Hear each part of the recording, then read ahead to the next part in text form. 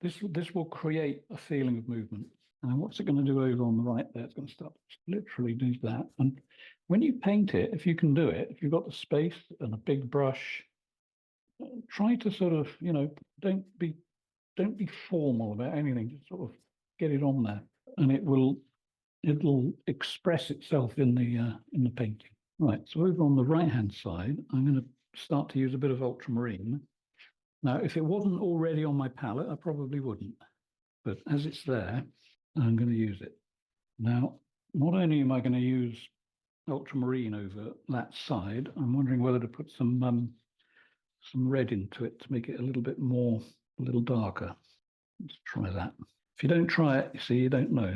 You won't know. I mean, I have a good sort of muscle memory, as they say, of what colors will do. I can do this, and maybe I'll do it from the other side.